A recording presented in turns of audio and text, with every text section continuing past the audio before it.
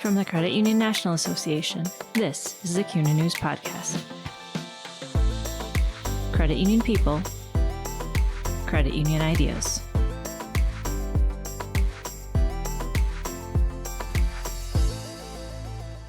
Welcome to the CUNA News Podcast. I'm Associate Editor Brock Fritz, and I'm joined on today's Veterans Day episode by a pair of military veterans who will share their stories. Our annual Salute to Veterans campaign, sponsored by the Federal Home Loan Banks, highlights credit unions going above and beyond to serve the military community, as well as veterans and active service members who are also part of the credit union movement. Bryan Fox hops on the podcast first. The retired U.S. Air Force Brigadier General's life has been defined in large part by service and credit unions. A board member of a $106 million asset Russell Country Federal Credit Union in Great Falls, Montana, Fox says his 40-plus years of service have kept him happy for a lifetime. He joined the podcast during an early Montana snowstorm to discuss his military service, his deployments, what drew him to the credit union movement, and how the skills and experience transfer between the volunteer efforts. Then I'll be joined by Advia Credit Union Manager of Talent Acquisition Kilee Gardner and Talent Acquisition Partner Nate Rupe, an Army veteran and former paramedic. They'll discuss the effort the $3 billion asset credit union in Kalamazoo, Michigan has put into becoming a veteran-friendly organization. Those efforts have been recognized by the Michigan Veterans Affairs Agency, which certified Advia as a silver-level employer for veterans due to their efforts to employ veterans and provide a supportive, inclusive work environment. They'll discuss why the transition from service to civilian life can be difficult, resources that exist to help that transition, and Rupe's firsthand experience of leaving the Army for the civilian workforce last year. All right, let's bring Bryan in and learn more about his lifelong passion for service, the military, and credit unions.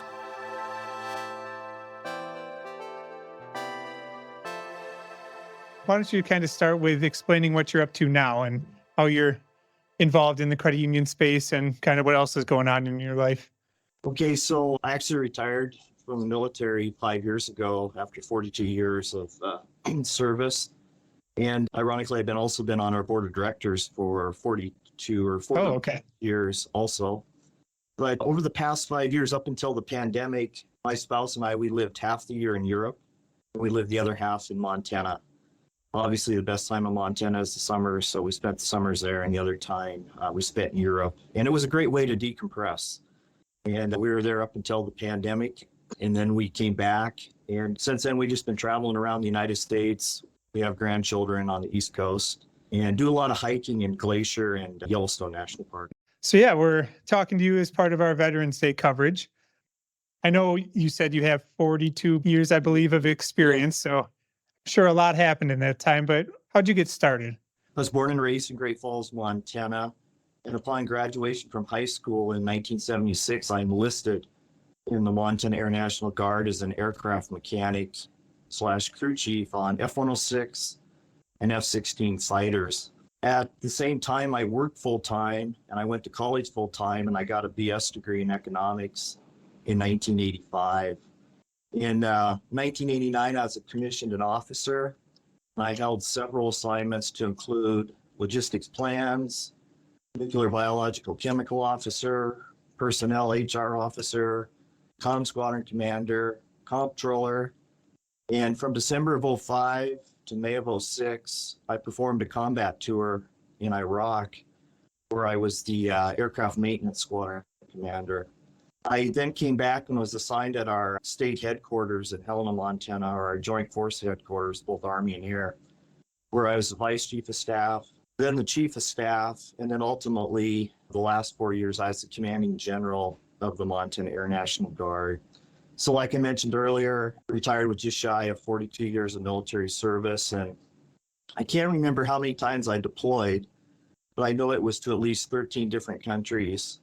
And I was activated at least 6 times on state active duty for like wildfires, floods, those types of things.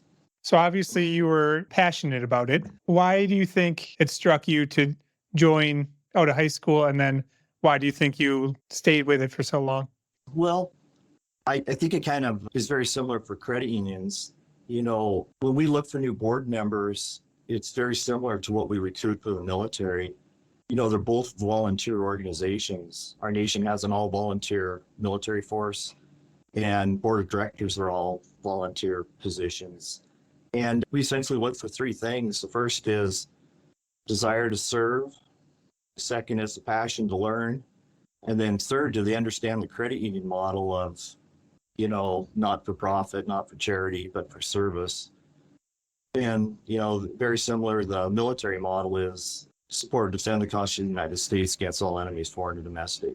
So I think my passion for both those was I just must have been born with the seed to serve. Where are the crossovers, or how do you transfer your credit union skills to the military and vice versa?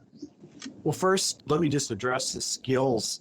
Some of the skills the military taught me were, number one, to be engaged, two, discipline, obviously act professional, dependable. Obviously, there's leadership training. You learn real quick to be flexible and team building, those types of things. But specifically, the lessons that I learned that I applied really early on in my credit union career, the first thing I learned was how to run a meeting effectively. I learned some skills or attributes on how to keep it on track, how to give everyone a voice, and make sure that you're basically developing or creating a consensus for decision making. The next one was, and this is probably mid-career, I learned how to mechanize diversity of thought in the decision-making process. And the way I went about that was to create an environment of trust and respect, and then also create an environment in which the board of directors were excited to come to. And then it all basically came down to, Brock, just open and honest communication and trying to make people understand that as a board of director, you have to speak as one voice. And a couple other things I think were really important as we got later into the career and we were doing CEO selections and those types of things was to take responsibilities for your actions and in yourself. And I constantly had to remind the board that, at the end of the day, we're accountable for the final decisions, us and the CEO, and we own either the success or the failure of those decisions. Real quick, in Iraq, I would have to say the two lessons I learned most there were innovation and decision making. In that environment, in a combat environment, things happen a lot faster. So you don't have the resources and equipment you'd normally have. So you have to be very innovative, and decisions get made fast, and you just got to make them and move on. You can't dwell on them. As the comptroller, the credit union really helped me. I was pretty familiar with balance sheets and income statements, and so I was actually able to apply a lot of the credit union stuff to the comptroller position. And then lastly, one thing the military taught me is how to get things done. After witnessing numerous situations and scenarios, obviously you always have goals and you're measuring them and you're trying to achieve things. But boy, the military really taught me, how to get over roadblocks sometimes and some pushback and how you can work around things. So what was your last role in the military, and what was kind of transitioning out like for you? Oh, the last role, so I was the commanding general of the Montana International Guard, which was about a little bit over 1,000-person organization, 3 units scattered across the state of Montana. One was a flying wing, one was a heavy engineering unit, and the other was a small cadre at state headquarters. When it was time to go, I felt we had a really strong bench behind me and that I had no qualms. I believe everybody should have their chance. I was given my chance. As one 4-star general told me one time is, hey, congratulations, you're a senior leader flag officer. We're going to welcome you on the bus, but there's going to be a day that comes and we're going to ask you to get off the bus. Sure. And when that day came for me, I didn't have any heartburn at all about stepping off the bus. So now are you able to scratch that itch at all? I know there's credit union groups and people that talk to each other. Do you have that for service buddies or people you catch up with? Yeah, sure do. So twice a year, a group of us get together every year. And then we're also given some high-level briefings. They're all unclassified, obviously, but nevertheless, you can get a sense of what's really still happening out there. Plus, I still read military periodicals, and so try to at least keep aware of what's happening out there. Sure. Is there anything else that you just want to mention over the course of your either career? The last thing I'd leave you with, Brock, is one of my favorite quotes that I always shared with new board members that we were onboarding, or new troops or airmen that we were bringing into the military, is a proverb that's I'm really fond of, and it kind of goes like this. It says, if you want to be happy for an hour, take a nap. If you want to be happy for a day, go fishing. If you want to be happy for a month, get married. That's kind of a joke. Yes. If you want to be happy for a year, win the lottery. But if you want to be happy for a lifetime, volunteer for something that adds value to America. Sure. And that's what, when you volunteer for a not-for-profit, or if you volunteer for our country's military, you are adding value to America. And to me, that's one of the most highest callings there is. And now for our interview with Advia Credit Union's Kilee, Gardner, and Nate Rupe. What happened was we started working with the MBAA to increase our certification with them to a silver level employer. And in order to do that, we had to meet some criteria. So that's obviously the how many veterans we hire, our willingness to essentially promote ourselves as a veteran. Nate, would that be the right way of saying it? Promote ourselves as a veteran? Market it, yeah. Mm-hmm. Yeah, market it as a veteran employer, have resources available for employees that are veterans. So we have what's called it's called a veterans packet, and it's essentially resources for somebody who specific to veterans that if they came to our human resources team with some sort of challenge that they're working through, we have an entire toolbox packet of information that is resources we can provide to them that the MBAA has put together to allow them to get the help in which they need. So it's a certification. It's a deliberate, intentional thing for us to be inclusive to veterans and veteran families that we're currently taking part in. What differentiated the bronze and the silver? Were there specific things? The biggest change was really the addition of that, the middleman piece that we have between our veteran population and the different resources that they have, right? The packets that MBAA has for us to be able to provide. Now, because we do have some branches in Wisconsin and Illinois, we don't have state-specific stuff for those locations, but we can at least provide, hey, these are the resources we have from Michigan, so there should be at least some similar stuff in the area for you guys. Sure. That's really been the biggest integration. I think that's really helped us step into that because we already had the rest of everything already in place. We were just missing that one piece for that silver.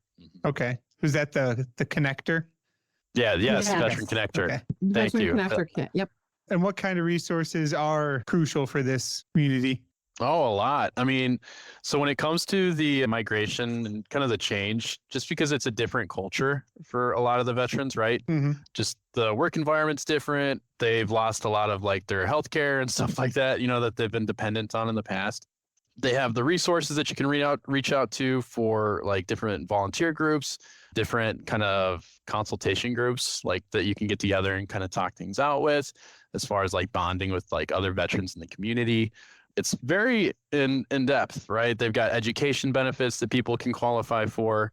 They've got resources. Stuff, mental health resources. They've got, all sorts of stuff. So definitely a lot of like suicide awareness kits that they have inside of it too, just because that does tend to be an issue when veterans kind of get out that they've seen.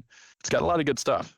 Feels like there's a lot of things out there for veterans or a lot of people who want to help, but compiling all those and getting those to people is kind of a different. It's a lot. Yeah. It's a lot, and making sure that everybody's aware of it, because the Army's good. They've done a lot. At least I can speak for the Army because that's what I was in, right? But they've done a lot as far as that reintegration back into like, civilian society. Like they've improved a lot on the system because it used to be like a day that they do for that training. And now it's a week-long process. Okay. But obviously there's still room for improvement on that. Like if we could do like a state-by-state one, for people like, hey, these are the resources that your state specifically has, that would be incredible. But they're not there yet, Sure. So Michigan Veteran Affairs Agency, they're really good at bridging that gap for our veteran population, which is awesome. We've also identified, being part of the talent acquisition team, something that we participated in the past is trainings that they offered to support employers on how to help veterans articulate their skill set from that military background into, for lack of a better term, Skills. relevant work experience skills. Yeah. So we attended a few years back an entire training on that, and it's something that the MBAA offers veterans too, is to be able to sit down with them and help them build a resume that takes their skills from the service and makes it into transferable skill sets on their resume that would allow companies to understand what it is that they did in everyday terms that you would look at on a normal resume, because that's one of the areas of the biggest areas of struggle, is trying to make sure that your skill set shows transferable to those reading the resume. Yeah. Like, for example, like an infantry guy, right? Like their job description in the military is going to look totally different than what they want to put on their resume, as the skills that they have. So, and it's very hard. I didn't know how hard it was, because I always, at least in my career, I had more of a focus on my transition back into, because I didn't want to be a lifer in the military, but I had more of a focus on building my resume for when I got out. But in that week-long course, it was fascinating to see the variety of comfort levels, because not everybody wants to get out of the military, and sometimes they're getting told they need to, so there's different preparation that they have for it. So that's a big piece, the learning how to communicate effectively to, show, hey, I've got some relatable skills that I've learned and developed. There's definitely some teaching pieces that some people need in order to be able to integrate back into society. Why is supporting that community something that is important to you two and the credit union as a whole? I think it's just so often that there's a gap. Our servicemen and women, like, they struggle in that transition sometime to move to civilian life. And oftentimes it's by way of finding a job, that they can support their family. There's a wage that you have to be able to make to support those that you care about. And sometimes there's a gap there. And sometimes the skill set, it's hard to transfer it into civilian life. So for us, it's really just making sure that veterans know that there are companies out there that want to support them. So Nate, I know that you don't always talk about your transition. How about you? Because obviously, we talk about your history and what you did in the service in comparison to what you do now, but how did that transition feel for you? And how do you think that Advia made that transition better?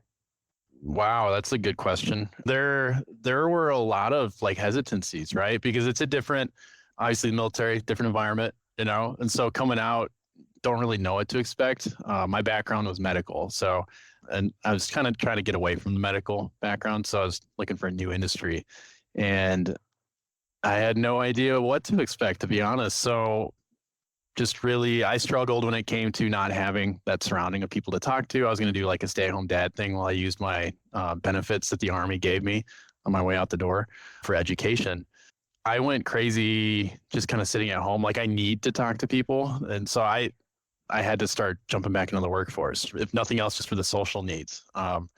And Advia was the perfect fit. I started at the front desk part-time and, just kind of to get my foot in the door, see what the culture was like.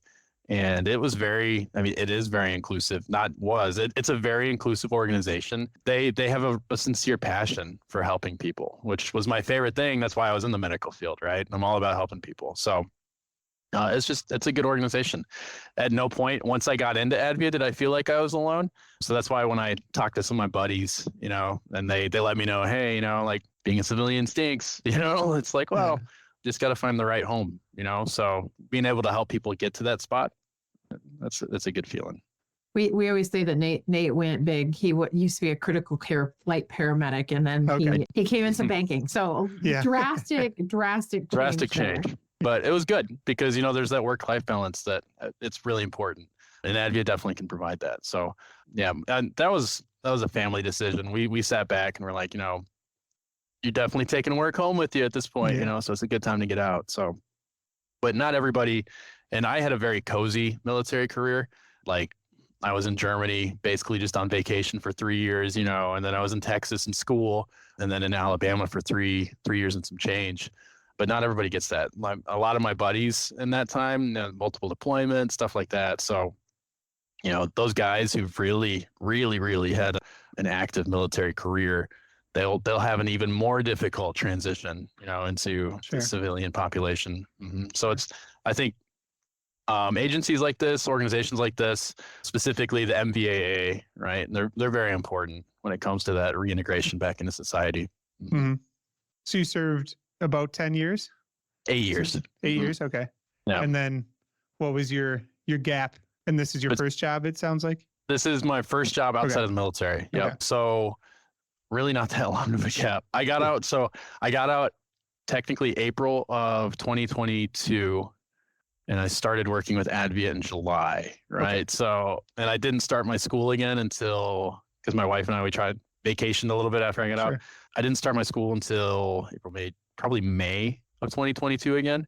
So really started school, realized I need people, and then really started applying and getting into the workforce again. Okay. When you are talking to your buddies and stuff, do a lot of them use these type of organizations? It depends, right? So the guys who are still in, no, right? Like, because a lot of them are in different states. A lot of them, I've got some buddies in Ohio, I've got buddies in Florida, but a lot of them, they don't know exactly how much they can benefit from. So I think that's the biggest challenge and really the biggest hurdle at this point is getting that information out to the veteran population of, hey, you have these resources prior to them finding themselves in a time crunch to get a job, and unfortunately ending up on the streets sometimes, so really trying to beat them before they get in a time crunch, so if we could get stuff like this to them when they're getting out of the middle, oh my gosh, it would be life-changing in some of their cases. Nate, what do you think transferred about I know you said you kind of had your eye on the future the whole time, but yeah, I'm a forward, I like to be a forward thinker, but really I'm not going to lie. I never once thought about a credit union when it came to like getting out. It's just that my wife has always worked in financial institutions throughout my military career because she was a military spouse, right? So at each of the branches, there were credit unions, and she would go from credit union to credit union to credit union, right? So she's always loved them. So when we moved to Michigan, that's how she jumped in with Advia. But I'm very, like my whole life, I love helping people. I'm service focused, right? That's what really drew me to the medical field. And when it came time to find an industry that I could step away from the medical, like I still have a huge passion for helping people, right? So I had time, because we weren't in a time crunch for employment, I had time to kind of sit back and look at missions and values of just the different companies. And Advia, like, oh my gosh, it's basically, I always describe it as a financial hospital rather than a financial institution, just because we're really there to just provide that extra service to people. And so because this company has that service, it was a smooth integration. Like, I still feel like I'm helping people, but not in a medical way, just more of a longevity, like financial way. Thanks for listening to the CUNA News Podcast. Subscribe to the show on Apple Podcasts, Google Podcasts, Spotify, and YouTube.